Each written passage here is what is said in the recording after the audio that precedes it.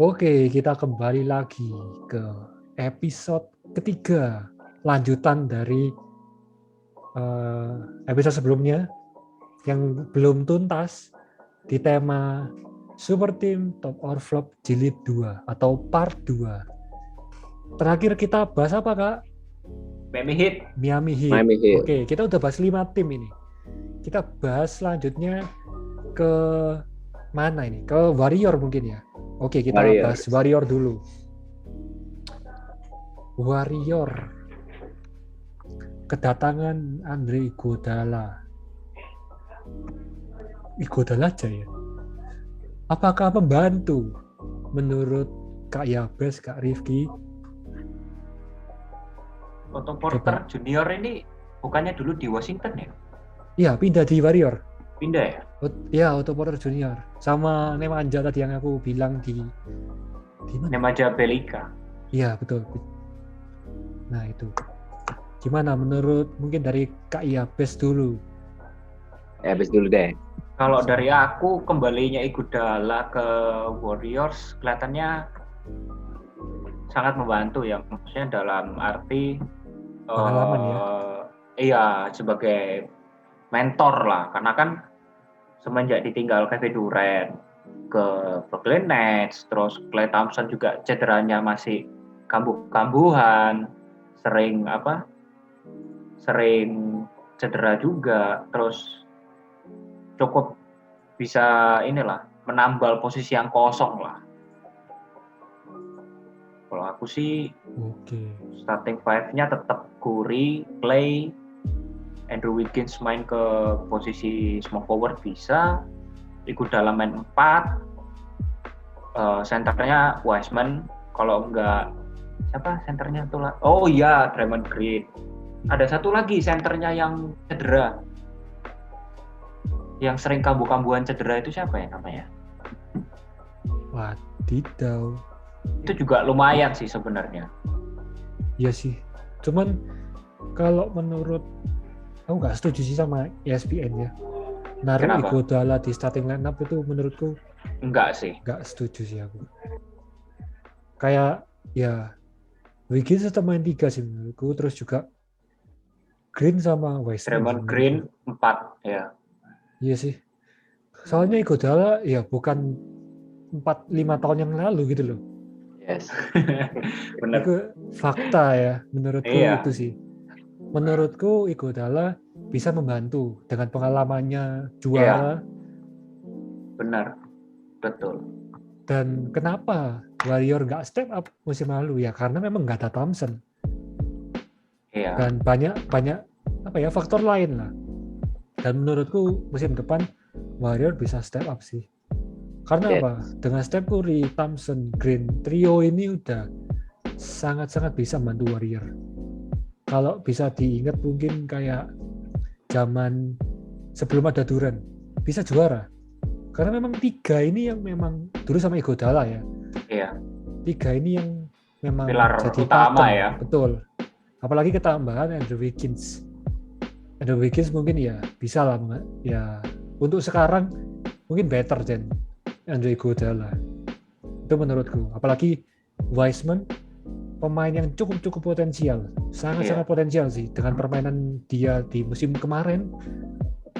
Itu ya Wiseman lebih layak untuk bersanding sama Green mungkin begitu. Kalau menurut Kak Rifki, belum Kak Rifki. Kalau menurutku sih yang paling dirindukan nih sama Warriors di musim kemarin memang benar si Klay Thompson ini jadi kayak apa ya, si Curry ini nggak ada tandemnya gitu loh. Dan si Andrew Wiggins juga sebenarnya pemain ini dibilang jelek juga nggak jelek, tapi dibilang bagus juga nggak bagus. bagus. Cuman mungkin karena apa ya, dulu kan si Andrew Wiggins waktu di draft ini kan digadang-gadang sebagai Michael Jordan yang baru, jadi mungkin itu yang bikin ekspektasi orang-orang jadi terlalu tinggi. Terlalu tinggi, betul. Iya. Cuman sebenarnya kalau misalnya dibilang sebagai role player dan atau second scoring option atau third scoring option, sebenarnya juga cukup oke si Andrew Wiggins ini. Kalau misalnya nanti Klay udah balik ya, kalau misalkan Klay udah balik kayak gitu dan Curry bisa sehat. Nah, kalau untuk line up-nya aku juga setuju. Aku lebih milih Wiseman daripada Iguodala untuk dampingan sama si Green di inside-nya si Warriors ini. Terus untuk bench player-nya sendiri, aku sebenarnya paling penasaran sama si mainnya Nico Mannion ini. Wah, benar, setuju.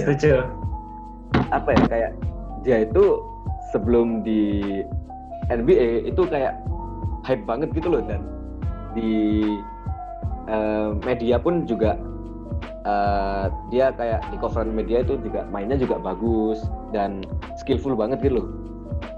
Walaupun memang tergolong sebagai pemain yang sedikit lebih kecil size-nya dibandingkan yang lain, tapi dia waktu zaman-zaman belum di draft itu masih menguasai lah. Nah, cuman setelah di draft di Warriors ini kayak kurang kelihatan gitu loh si Mannion ini. Makanya jadi kayak penasaran gitu, apakah si Mannion ini bisa kembali ke performa yang sebelumnya dan bawa performa itu ke NBA, atau mungkin ya sebagai flop, dia akan dilabeli sebagai flop atau bust di Warriors ini juga. Itu satu concern besar untuk si Warriors ini, concern besar. Iya sih. Sama si Wiseman ini, seberapa improve si Wiseman ya, karena dilihat dari season kemarin juga dia cukup bagus dan ya cukup potensial. Masih terlalu dini lah ya untuk menilai Warriors sejauh mana ya. Yes. Karena memang ya kita harus lihat Klay apakah bisa seperti sebelum cedera. Nah itu kita juga belum tahu. Tapi yang pasti di next season Klay bakal main katanya. Yeah. Oke. Kalau Warrior diprediksi ini, prediksi kakak-kakak. Kalau apa? Kalau aku sih agak berat sih kalau Warriors ini. Mungkin karena itu tadi, kalau misalnya di Western Conference ini aku lebih jagoin si Jazz, Lakers sama Clippers daripada yang lainnya kayak Suns, Nuggets, Blazers, Warriors, Spurs, Pelicans kayak gitu-gitu. Kenapa kalau di Warriors ini aku kurang jagoin? Karena scoring option di bench player-nya itu aku rasa kurang, dan bench player-nya bagus memang bagus, tapi bagusnya itu nggak ada yang setipe dengan permainannya si Curry sama Klay gitu. Jadi kalau misalnya si Curry atau Klay ini nggak ada, jadi kayak lagi absen cedera atau mungkin diistirahatkan, kayaknya kurang greget gitu loh. Walaupun Andrew Wiggins juga bisa jadi scoring option, tapi masih kurang ngangkat menurutku. Tapi cuman insight-nya bagus si ini. Butuh yang jago kick out juga ya, soalnya banyak yang suka nembak ini. Iya, benar. Dari 3 guard semua bisa nembak. Itu juga bisa jadi senjata buat Warrior. Tapi benar kata Kak Rifki. Tapi menurut Kak Rifki, apakah lolos playoff? Kalau lolos playoff juga sama sih kayak Bulls. Itu kalau lolos playoff masih bisa kayak Bulls, kayak Knicks. Cuman kayaknya not that deep in the playoff. Oke. Nggak lebih jauh ya? Yes. Oke, untuk Kak Yabes gimana? Kalau Klay Thompson bisa kembali lagi ke performanya dia yang sebelum cedera, harusnya dia bisa bersaing. Cuma bench player-nya Warriors ya bener sih kayak yang dikatain Rifki. Bench player-nya kurang bisa mengimbangi karena permainan Stephen Curry sama Klay Thompson ini kan udah tinggi lah. Tuh. Terus Nico Mannion jangan sampai bas kayak pemainnya siapa? Utah Jazz itu yang dari Duke University. Apa? Lupa aku. Itu kan dilulukan pertamanya. Terus jadi bas. Terus sekarang main di G League atau nggak tahu sekarang entah berantah. Terus juga apa ya? Mungkin bench player-nya masih sangat kurang. Kasihan di Draymond Green-nya yang harus ngangkat terus.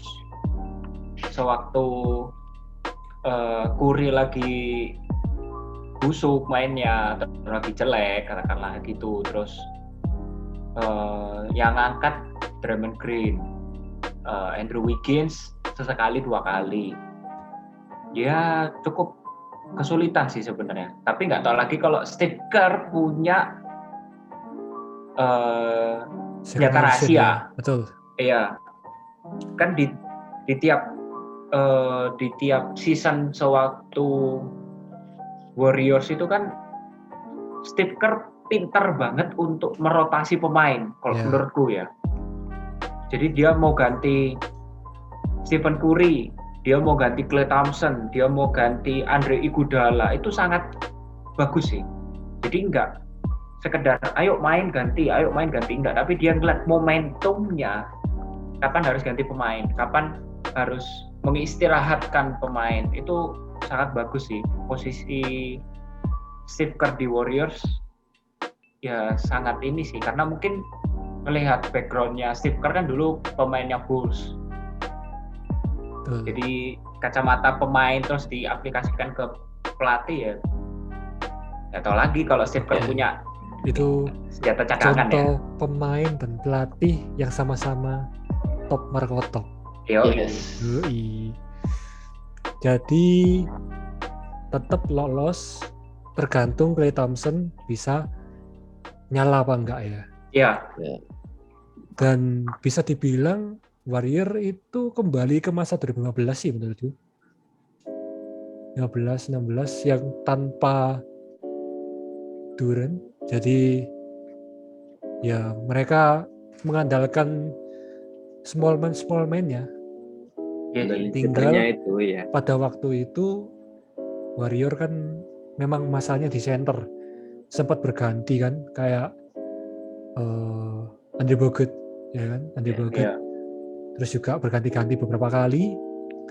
Akhirnya mendatangkan Kevin KD dan dia main dengan small ball-nya. Nah, kali ini apakah bisa? Apalagi sekarang kan juga ya semua fans Warrior menurutku juga berharap sama Wiseman ya menurutku. Semoga dengan ya nggak perlu mengeluarkan trade yang besar untuk melakukan center, setidaknya mereka sudah punya dan bisa mengembangkan. Semoga. Oke. Masih di Warrior, kita bahas tentang salary-nya Stephen siapa ya? Siapa lagi? Bukan Stephen Gerrard ya? Bukan dong. Oh, bukan. Udah lama pensiun dong. Beda campur dong. Oke. Si Kari, ayo, Kari ayam ayo. Gimana ini? Ini, ku tunjukin dulu gambarnya. Biar mengena. Oke. Kita tunjukin gajinya Stephen Curry yang 215 juta untuk 4 tahun. Rekor dengan salary tertinggi kalau dalam hitungan tahun ya, per tahun. Karena kalau Giannis itu 228 juta tapi 5 tahun. Jadi Stephen Curry ini jadi pemain pertama dengan bayaran per tahunnya lebih dari 50 juta. Gimana ini? Tanggapannya dari Kak Yabes sama Kak Rifki dengan sebesar ini? Sebesar itu Stephen Curry. Bes dulu deh, coba gimana Bes? Ya no debate lah. Apa yang perlu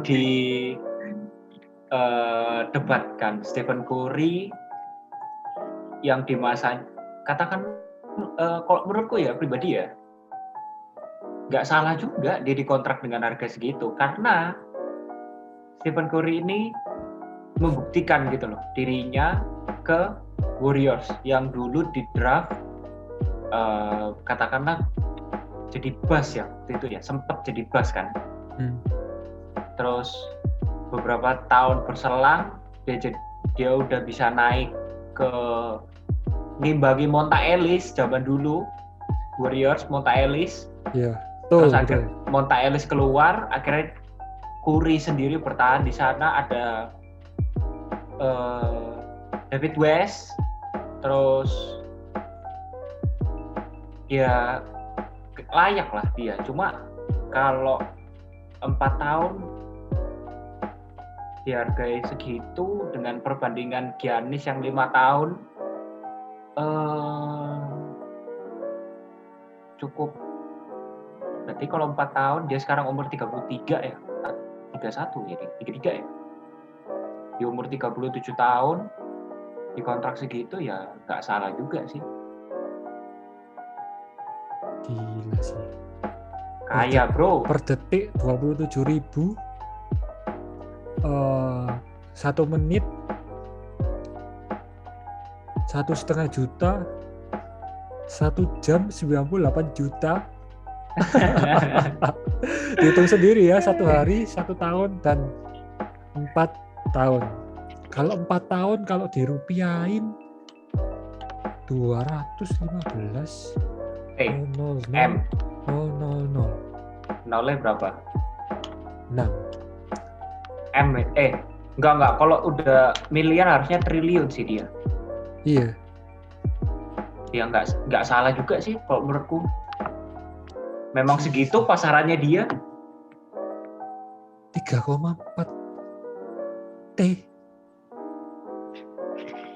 Nggak salah sih. Kalau menurutku nggak salah sih di harga segitu. 3,4 T bos. Aduh bagi no 1 M to ae gak apa-apa sih. Bisa makan pandemi. Kita bisa bertahan hidup 1 M itu bisa 2 tahun bro. Iya bener itu. Jadi meskipun PPKM level 100 gak apa-apa. Gak masalah. Level 100 selama 2 tahun gak masalah. Gak masalah. Cuma minta gajinya Curry aja. Berapa 0, berapa persen itu. Iya kan. Oke. No debate. Kak Rifki? No debate sih. Kalau aku emang gimana ya? We're looking at one of the greatest shooter of all times. Yes. Ya, yes. Jadi, dan di usia segitu juga di last season kemarin awal-awal musim juga dia gila banget mainnya. Iya. Walaupun sampai pertengahan sama akhir juga sempat menurun, tapi walaupun menurun itu juga masih masih standar top lah untuk dibandingkan dengan pemain lain. Jadi benar memang masih nilainya masih segitu memang masih. Iya. Dan no debate. Dan jangan lupa menurutku ya, Curry adalah orang yang merubah permainan basket modern. Yes. Benar. Sebelum ya permainan big man tergeser dengan shooting-shootingnya, betul. Iya. Ini kan? Iya, benar. Mulai eranya dia semua umur 7 tahun sampai bahkan sekarang pemain profesional dan anak-anak remaja semua nembak semua. Yeah. Big man 3 point, big man. Benar. Ya kan? Enggak cuma yang merubah mindset lah. Jadi ya untuk pemain yang merubah sejarah dan sekarang masih step up ya mungkin cukup lah ya 2014 ya. Cuman ya kalau bisa nggak sampai segitu kan bisa untuk nge-trade yang lain gitu kan ya. Ya, Ya, Gitu kan ya. bisa juga sih. Gitu. Kalau Oke. mungkin dulu kita main lempar-lemparan, syuting-syuting ke mana? Ke tempat sampah, tong sampah atau kemana Ya. gitu. Bilangnya Kobe gitu kan. Zaman kita, Betul. zaman anak-anak 2010-an mulai kenal dengan sosial media, sekarang Curry for three. Iya, Curry for three. Kalau kita kan Kobe gitu kan. Beda mungkin gitu. sekarang orang nembak dari jauh long 3 point mungkin sah-sah ya wajar. Iya. Tapi kalau dulu mungkin long 3 point gila lu ya. Long 3 point nggak masuk lagi. Mungkin Langsung- itu ya. Langsung diganti, bro. sub. Iya, langsung disub. Langsung di-sub. Langsung disub. Oke, kita bergeser dari Warrior ke mana ya? Ke Sixer dulu ya. Sixer mungkin nggak banyak, cuma yang lagi hype kan duo Andrew Drummond dan siapa lagi? Embiid. Embiid. Bukan Ben Simmons, Embiid. Bukan Ben Simmons. Ben Simmons, kasihan sih Ben Simmons. Jangan dihujat guys. Overrated, bro. Betul. Dia tapi ya gimana ya? Dia kalau ngomong latihan syuting, dia udah latihan syuting, Ben Simmons. Dia udah latihan syuting di off season. Tapi di situ dia malah ya enggak, maksudnya perubahannya enggak cukup signifikan. Katanya sih free throw pun nggak bisa katanya. Nah, dari situ kan apa ya, dibully, nggak ada yang mau beli, tapi Sixer ngasih harga mahal untuk Ben Simmons. Tapi kalau menilik ke masa lalu, dia dulu big man kan dia kalau nggak salah. Iya. Big man terus jadi point guard. Iya. Terus dipaksa bisa nembak. Ya, Simon bukan LeBron James bro menurutku. Jadi ya agak susah sih. Tapi ya kasihan juga, dia pemain potensial. Menurutku juga ya dia harus bisa manfaatin kelebihannya. Dia kuat untuk penetrasi. Nah itu juga harus dimanfaatin meskipun dia syuting gak bagus. Itu sih. Cuman kembali ke duo yang dulu ya menurutku hubungannya kurang baik tuh. Gak tahu, dia bisa pasti panas sih latihannya untuk Andrew Drummond sama Embiid bakal ngotot latihannya, duel mereka berdua. Coba dari Kak Yabes, Kak Rifki, menurut kakak gimana? Kalau menurut aku sih apa ya, Embiid Drummond ini dua orang yang badannya gede tapi kayak soft players gitu loh kalau menurut aku itu. Kalau dikit-dikit minta kayak minta polling lah ke wasit lah, protes ke wasit lah, apalah kayak gitu. Padahal sebenarnya kalau untuk si Embiid khususnya itu aku bisa bilang salah satu big man yang dengan skill set terbaik di NBA. Cuman masalahnya ada di itu sih, di mentalnya si Embiid ini sih. Iya. Selama dia bisa, dan apa ya, kayak aku menurutku si Embiid ini bukan seorang leader gitu loh di Sixers ini. Jadi di Sixers ini menurutku kayak kurang ada leadernya, itu sosok seorang leader, dan itu yang aku harapkan bisa step up lah Embiid sebagai leaders di Sixers ini. Karena apa ya, kayak selama itu masih terlihat kayak masih bocah gitu si Embiid ini. Nah, untuk si Drummond ini kedatangannya juga bagus sih sebenarnya, bisa jadi kayak tandem buat si Embiid. Cuman aku lebih kayak concern ke spacingnya sih. Cuman kan si Danny Green memang masih ada di Sixers kan ya, si Danny Green Iya. bisa 3&D juga. Cuman ya kalau misalnya si Danny Green ini nggak ada, jadi kayak spacingnya bakal kurang gitu. Kalau spacingnya kurang ini kan jadi nanti, apalagi ada si Ben Simmons juga kurang bisa shooting, dia yang ada kemarin yang viral itu kan, yang dia wide open layup tapi malah di passing. Nah, kayak gitu mungkin diharapkan bisa lebih step up lagi lah si Ben Simmons ini sama si Sixers secara keseluruhan, kayak gitu sih. Oke. Mungkin dari Kak Yabes dulu sebelum aku. Kalau dari aku sih, iya sih, bener sih dikatain Rifki, kurang ada leader di 76ers ini, karena ngelihat juga semua masih ego, semua masih pengen show up, semua masih pengen pengen pamer gitu kan. Betul. Nggak adanya Ben Simmons, Joel Embiid naik. Ada Ben Simmons, mereka berdua mainnya ya so-so gitu loh. Ya memang bagus, secara statistik membantu tim memang bagus, tapi kalau menurutku pribadi masih sangat dominan dua pemain ini, masih belum ada yang mau ngalah. Mungkin karena pengen show off juga nggak tahu.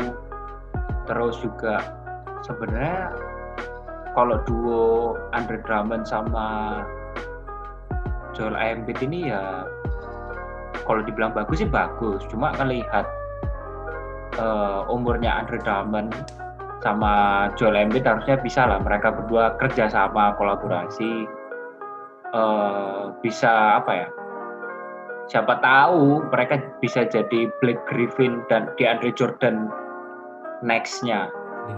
Apalagi dua-duanya juga haus untuk pembuktian ya. Iya, haus untuk benar. pembuktian. Yang satu Andre Drummond itu dia pengen buktiin ya, dalam arti dia di masa senja ini masih bisa membuktikan bahwa dia bisa ngasih juara dan yang lain. Sedangkan Joel Embiid yang musim lalu jadi peringkat 2 pemilihan MVP. Nah, menurut ini aku tanya dulu ke kakak-kakak, apakah layak Joel Embiid musim lalu menjadi kandidat di urutan kedua peraih MVP di bawah Jokic? Kalau menurutku sih emang layak sih, karena si Embiid ini bisa dibilang kalau menurutku nyawanya dari Sixers ini. Karena kalau misalnya Embiid lagi underperform, yang lainnya pun juga kayak susah gitu loh buat kayak perform kayak gitu, kayak step up. Tapi ketika si yang lainnya ini mainnya biasa-biasa aja, tapi si Embiid-nya lagi nyala, itu Sixers itu pasti chance untuk menangnya masih besar. Jadi kayak bener-bener carry the team si Embiid ini. Yeah. Sedangkan pada musim kemarin si Ben Simmons juga kayak kurang oke mainnya kayak gitu, masih underperform. Tapi kalau balik lagi ke komposisi rosternya lagi ya, aku sebenarnya si Sixers ini sebenarnya punya potensi jadi salah satu defense juga yang bagus di NBA, karena dilihat-lihat kayak ada Matisse Thybulle, ini kan juga dia terkenal sebagai salah satu defender yang bagus juga di antara pemain-pemain muda. Terus ada Tobias Harris juga punya wingspan yang panjang juga. Tobias Harris ini tapi kayak sempet bisa dibilang hampir flop, karena waktu di Clippers kan dia ngangkat banget gitu loh si Tobias Harris ini. Yeah. Karena waktu udah di Sixers dia kayak kurang jadi scoring option, entah kenapa, mungkin karena kurang fit di sistemnya Sixers atau gimana. Justru malah Embiid memang improve sih, jadi makanya aku bilang layak lah untuk jadi itu MVP, di ranking kedua di MVP. Oke. Tapi kalau dilihat dari kandidat atau voting dari MVP tahun lalu agak mengagetkan ya. Ya. Agak mengagetkan kayak ya mungkin Curry ya di peringkat 3, Giannis peringkat 4, Luka Doncic di bawah Chris Paul peringkat 5 dan peringkat 6. Ada Julius Randle dari Cross di peringkat 8, 9. LeBron James nggak masuk ya 10 besar. LeBron James, James Harden, Kawhi Leonard. James Harden 13, James 14, Kawhi 15. Oh, nggak masuk di top 10. Bahkan yang voting cuma 1.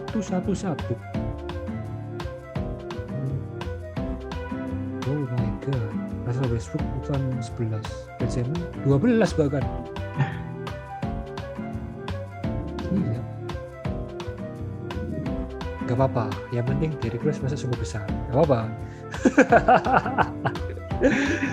Aduh. Tapi untuk kita lihat ada 3 big man ya masuk 10 besar, ada Rudy Gobert, ada Jokic, Embiid. Ya, Antetokounmpo mungkin ya so-so ya di tengah-tengah ya. Oke. Untuk bahas Sixers sudah, kita bergeser ke selanjutnya. Kita bahas sedikit aja Clippers. Ada Kawhi kayak komposisi tahun lalu persis. Patrick Beverley, Ibaka, Zubac, dan Silver Olympic, Nicholas Batum, dan Marcus Morris. Sejauh apa untuk Clippers? Kalau aku pribadi ngelihat rosternya hampir sama dengan yang musim kemarin, harusnya mereka bisa lebih sih, karena mereka udah chemistry ya. Iya benar, satu season juga udah bersama, udah tahu satu sama lain kayak gimana. Terus kalau ngeliat dari rosternya juga bagus-bagus, meskipun nggak terlalu bagus kayak Lakers, cuma ya boleh lah mereka bisa ngimbangi satu sama lain mainnya kayak gimana.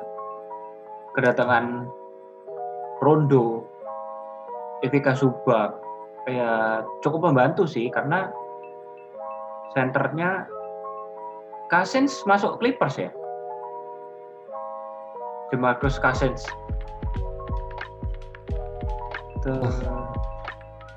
Aku lihat di ESPN sih ini,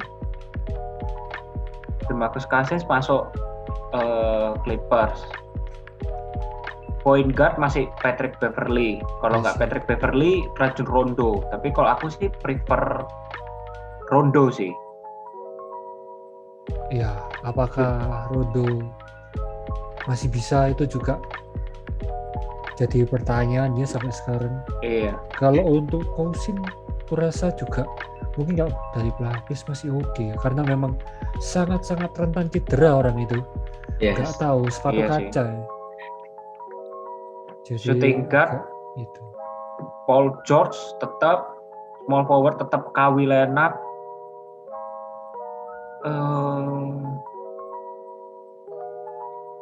Power forward mungkin Nicholas Batum. Center ini yang cep-cep ya sebenarnya, ada DeMarcus Cousins, ada Ibaka. Nicholas Batum atau Ibaka? Mungkin kalau perfectnya sih Ibaka sih, karena Ibaka kan Best emang defender ya. Iya, memang defender banget. Kalau aku ya tipikalnya emang suka big man yang defense-nya bagus, pasti aku pilih sih.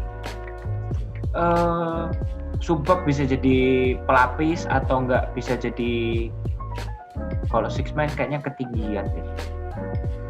Ada Marcus Morris juga, ada Yogi Ferrell, jangan lupakan Yogi Ferrell, Reggie Jackson juga, cukup lengkap. Tapi semoga season lalu nggak terulang, karena ya kita tahu penuh dengan bintang tapi mainnya sangat-sangat nggak seperti bintang.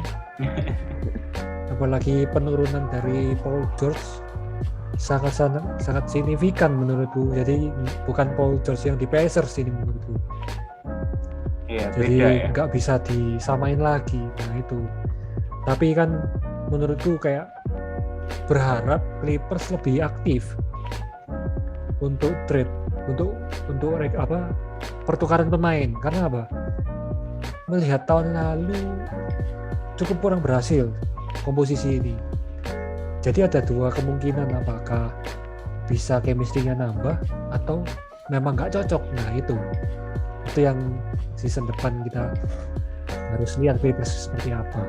Mungkin dari Kak Rifki dulu. Ya, setuju sama yang diomongin sama Ken Ward. Patut dinantikan ini karena bisa jadi make or break buat Clippers juga untuk mempertahankan roster ini kayak gitu. Karena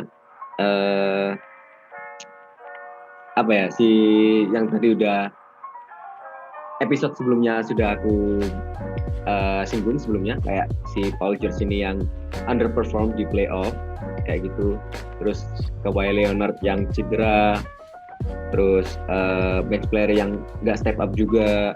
Jadi untuk Clippers ini bisa mempercayakan dengan komposisi pemain yang sama itu cukup mengejutkan juga sih sebenarnya. Cuman ya balik lagi sih, kalau misalnya emang bisa bikin ini lebih chemistry-nya lebih erat lagi ya it's okay ya, who knows juga kayak gitu. Kalau untuk dari komposisi pemain, aku setuju sama Yabes. Point guard aku pilih Rondo, lalu shooting guard aku pilih George, small forward si Kawhi. Terus untuk power forwardnya aku mungkin bakal milih Batum sih, Batum atau Marcus Morris, tergantung dari komposisi musuhnya juga, tergantung situasi di lapangan. Terus centernya si Ibaka. Oke. Main agak kecil ya. Yes. Oke. Mungkin itu aja ya yang bisa dibahas untuk Clippers. Tapi mungkin sebelum itu singkat untuk prediksi Clippers sampai mana? Dari aku dulu nih Kak mungkin. Rifki. Oke. Ya seperti yang tadi, yang episode sebelumnya juga udah aku singgung juga. Clippers ini salah satu jagoanku di Western Conference. Jadi selain si Lakers sama Jazz, jadi kayaknya at least final conference. Final conference. Oke. Untuk Kak Yabes. Kalau aku sih setuju sih, bisa final conference dengan catatan Kawhi nggak cedera. Yes. Catatan Kawhi nggak cedera. Dan apa ya, kalau kemarin Kawhi cedera pun kasihan Paul George ngangkat timnya sendiri ya, sendiri dalam tanda kutip ya, karena Paul George itu main waktu itu pernah 30 poin atau 40 poin sendiri. Yang lainnya sekedar ngalirkan bola ke Paul George, yang eksekusi tetap Paul George aja. Kayak kasihan aja. Makanya Kawhi capek. Oke. Sinyalnya unstable baru.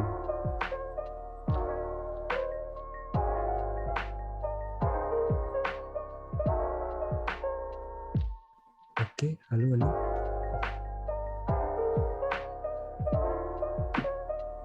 Nge-lag ya? Iya, Ken? Nah, Oke. Unstable. kita sudah terhubung kembali. Oke. Nanti tinggal diedit ya. Oke. Dari Clippers udah. Sekarang Nets. Mungkin udah sampai hampir ke penghujung ini Nets. Apakah dengan potensi roster pemain musim ini, apakah sejauh mana, dan kita bedah satu persatu pemainnya, dan ya kita bakal prediksi di akhir apakah Nets akan bertemu Lakers atau ya seperti tahun lalu tebakan itu salah semua. Ya. Nets punya Joe Harris, Kyrie, KD, Harden, Griffin, DeAndre, Patty Mills. Gimana menurut Kak Yabes, Kak Rifki dengan roster yang ya nggak kalah sih menurutku sama Lakers? Gimana nih, Bes? Kalau aku ya, sebenarnya mereka bisa, cuma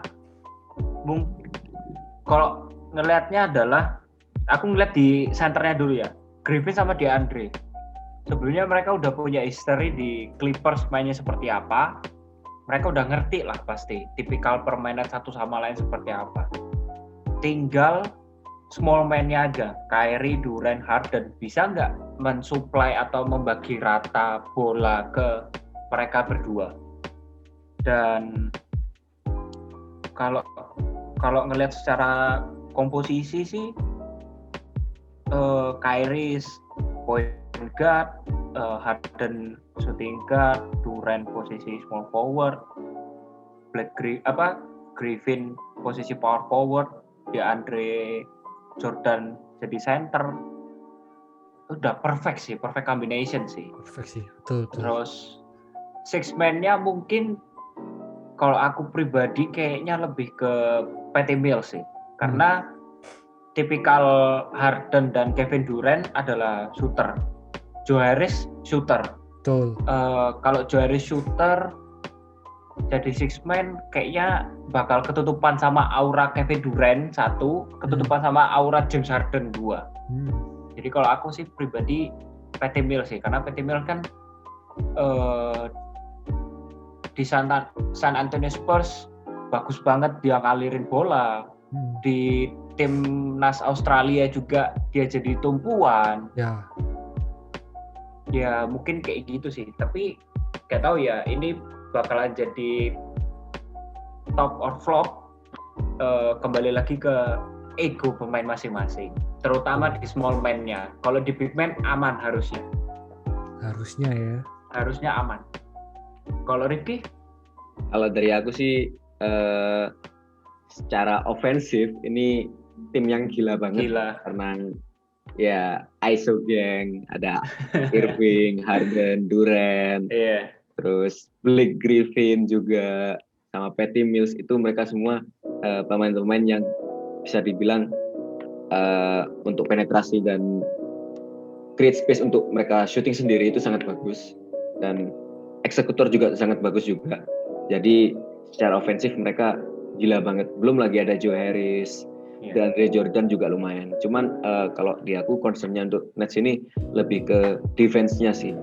Kayak Kyrie Irving dan James Harden itu dikenal sebagai pemain yang nggak begitu bagus di defense. Jadi mungkin kalau misalnya memang ada beberapa saat di mana ketika game on the line mereka benar-benar step up di defense, dan itu diharapkan lebih konsisten lagi seperti itu sih.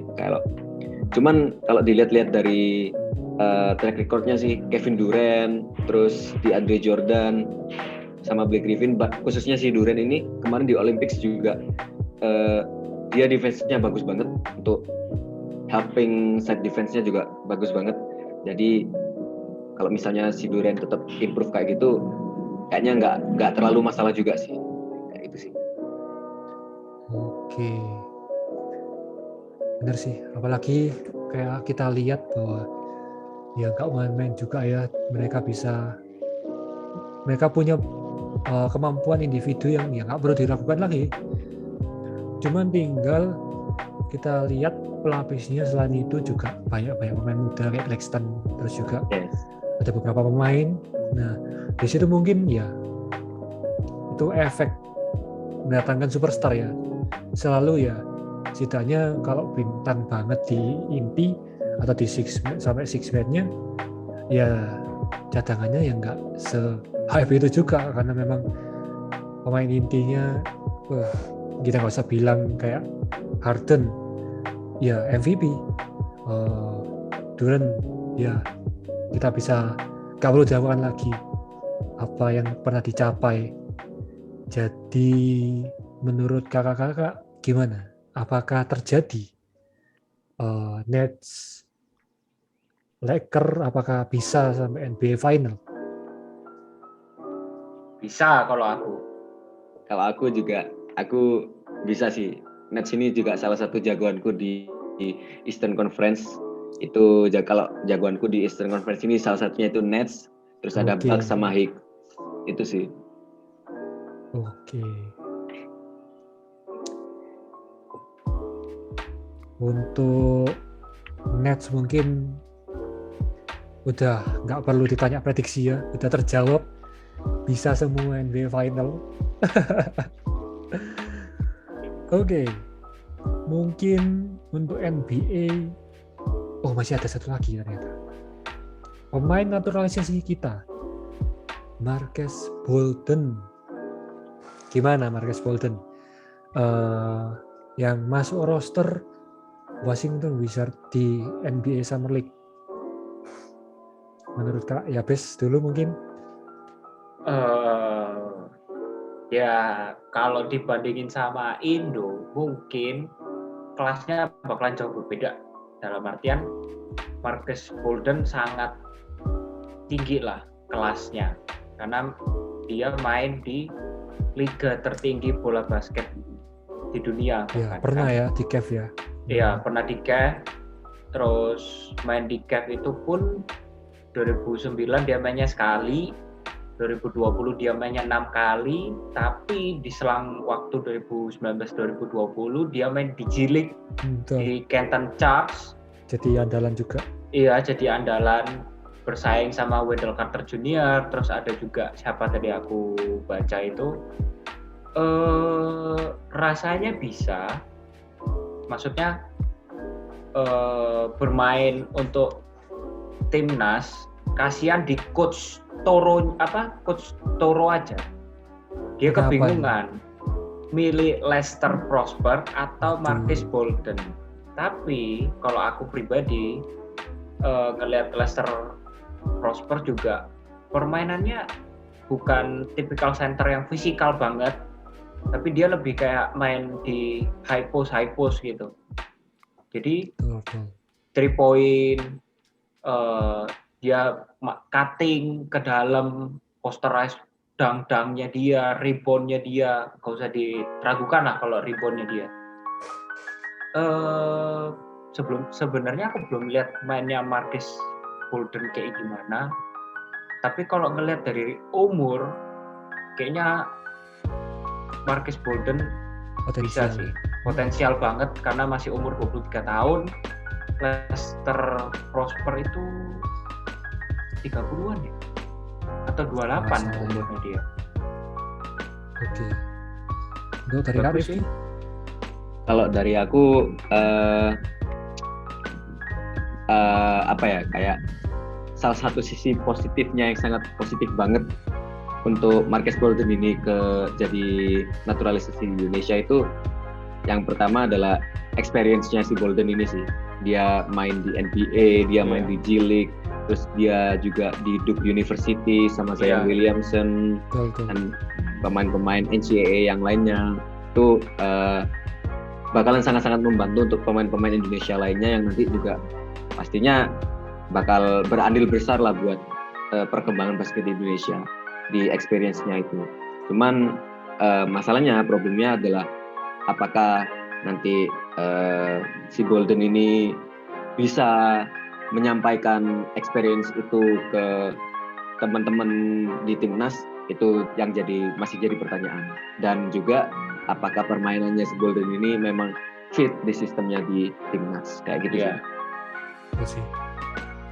Cuman untuk secara umur tapi memang seperti yang Yabes bilang ini masih muda banget, dan jadi masih ada besar kemungkinan untuk si Bolden ini bisa improve lagi. Jadi memang kalau aku bilang low risk lah untuk si Bolden ini, untuk kita gambling ke si Bolden ini, jadi low risk banget dan nggak ada salahnya juga kayak gitu.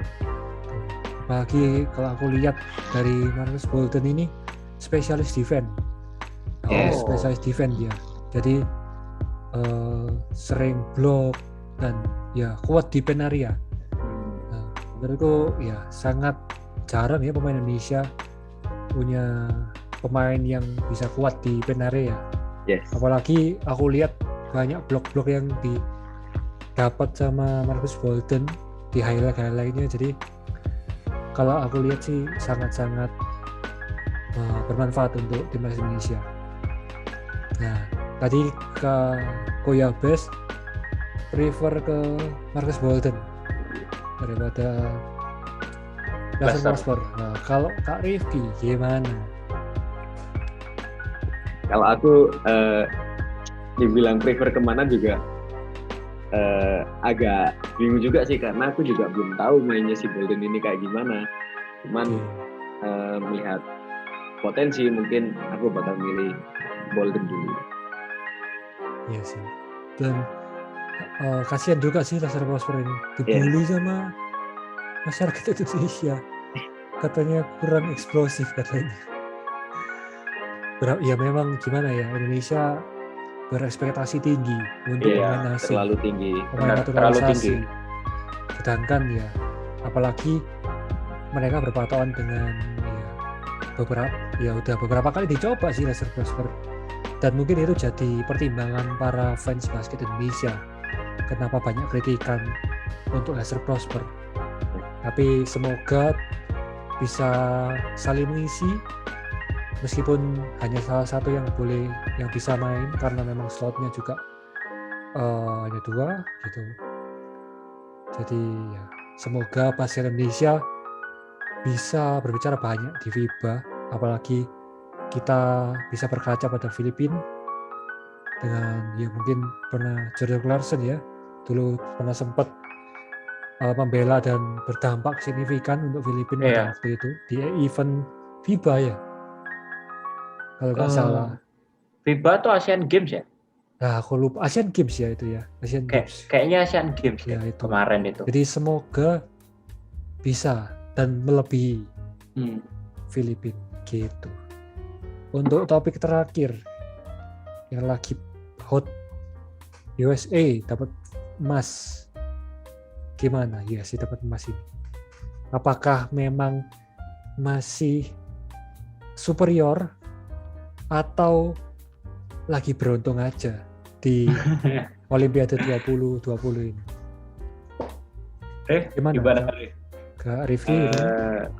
Kalau dari aku sih gimana ya, kayak yang pertama kelihatan banget dari komposisi pemainnya yang dimana USA ini memang rata semua. Jadi baik secara fisikal maupun secara skill mereka juga rata, nggak yang terlalu beda-beda jauh maksudnya, dan top semua gitu loh. Dan untuk yang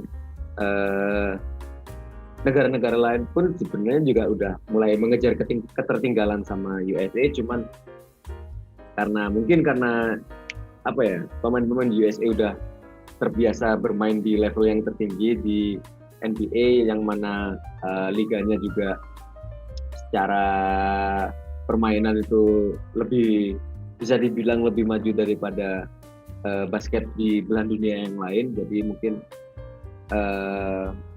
kayaknya ya emang experience berpengaruh banyak sih di situ, kayak gitu sih. Sama di itunya sih kayak yang tadi aku bilang, apa namanya, kayak komposisi pemainnya kayak gitu.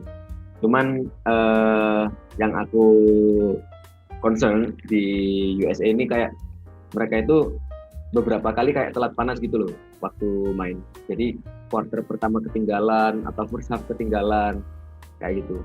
Kayak waktu lawan Spanyol, kalau bahasanya Spanyol sama kemarin itu Australia, itu mereka sempat quarter pertama ketinggalan, tapi memang waktu di quarter kedua mereka defense-nya kelihatan banget kalau ngotot, kelihatan banget mental juaranya, baru mereka bisa kayak blow out musuh kayak gitu. Dan bau banget waktu 3 point-nya waktu awal-awal itu, waktu first half kalau nggak salah di lawan Australia itu 10 atau 11 kali 3 point nggak ada yang masuk. Di second half baru ada 3 point yang masuk. Cukup ya parah ya untuk sekelas USA ya. Ya. Tapi apakah pengaruh dari kedatangan Devin Booker, terus Jrue Holiday dan Middleton, apakah itu efek dari mereka bertiga jadi WSC lebih solid? Mungkin sih karena bisa jadi kayak ningkatin mental juga buat kalau kedatangan pemain yang baru aja jadi champion, walaupun salah satu dari mereka juga finalis walaupun nggak jadi champion. Itu mungkin bisa jadi kayak semacam naikin hype mereka biar buat itu fokus di Olympics itu sih. Okay. Kalau dari aku mungkin kayak gitu sih. Nah kalau menurut Kak Yabes sih gimana Kak Yabes? Kalau ngelihat dibilang beruntung sih enggak, karena bener sih ya dikatain Rifki. Maksudnya jam terbangnya pemain US di level NBA, level tertinggi basket itu sudah sangat berbicara. Terus juga skill mereka udah sangat berkualitas. Mungkin mental sih. Kalau jam terbang oke lah, mereka semua pada bagus-bagus, dalam artian sudah bisa bermain di level NBA, itu sudah jadi poin plus lah, tambahan. Mental juara yang kadang mungkin di setiap orang atau tim berbeda-beda. Terus kalau di tim yang lain juga mulai bener yang dikatain Rifki, mulai ngejar ketertinggalan Prancis, Slovenia, Australia, bahkan Nigeria, itu juga mereka mulai pelan tapi pasti mereka mulai mengejar NBA. Bahkan aku lupa baca di berita mana, di Nigeria tahun 2012 waktu Olimpiade di mana itu ya, lupa aku. London. Oh ya, Olimpiade London. Itu di Nigeria itu cuma ada satu pemain yang aktif di NBA, dan itu pun pemain mediocre lah. Okay. Almino Faruk kalau nggak salah namanya, di Nigeria, di timnas Nigeria. Terus waktu di Olimpiade ini yang di Tokyo sudah ada 5 atau 6 pemain yang sudah merambah ke NBA. Berarti kan tuh kalau menurutku peningkatan yang cukup signifikan. Slovenia ada siapa? Luka Doncic, ada Goran Dragic. Terus di Prancis kalau dulu ada Tony Parker tapi sekarang udah pensiun. Ya, terus ada Rudy Gobert. Terus di Spanyol ada Gasol bersaudara, ada Ricky Rubio, ada Rudy Fernandez, tapi nggak tahu masih main atau enggak. Rudy Fernandez dulu main di Portland Trail Blazers, terus sekarang mungkin main di Euroleague kalau nggak salah, main di Barcelona kalau nggak salah, lupa aku. Okay. Terus juga Australia ada Patty Mills. Aduh, sampai mana tadi? Muka unstable nih. Wah, sama aku juga tadi. Aduh. Oke, sampai mana tadi ya? Sampai Australia. Ya, Australia ada Patty Mills, ada Joe Ingles. Australia juga cukup ini ya sekarang. Nah, dan Exum. Sebenarnya Ben Simmons bisa aja main sih di Australia, Ben Simmons, tapi nggak tahu kenapa. Kalau dibilang beruntung sih kayaknya enggak ya, karena preseason atau sudah masuk Olimpiade itu ya, yang Amerika kalah sama Nigeria. Oh, belum itu belum masih, ya? Masih coba. Friendly games. Ya, masih friendly games. Itu kalau menurutku masih uji coba lah Greg Popovich. Terus di game pertama kali Olimpiade kalah sama Prancis 7 poin 8376. Rudy Gobert bintangnya. Setelah itu mulai naik ke permainan dari USA ya, meskipun sempat juga telat panas, tapi ya tetap USA masih perlu banyak nambal kekurangannya. Mempertahankan memang susah daripada mendapatkan. Apalagi 4 beruntun ya. Jadi kesimpulannya berarti bukan performa atau kualitas USA yang menurun, tapi saingannya yang semakin improve ya, semakin mengejar ketertinggalan ya. Iya. Oke. Terakhir mungkin pendek aja untuk Doncic dan Slovenia di Olimpiade. Menurut Kak Yabes, Rifki, Mantap sih. mantap ya. Apalagi Mantap sih. strike win ya. Slovenia Yoi. strike win berapa kali putus di Prancis. Itu pun kalau nggak keblok Nicolas Batum bakal Lanjut masuk mereka final. final ya kan.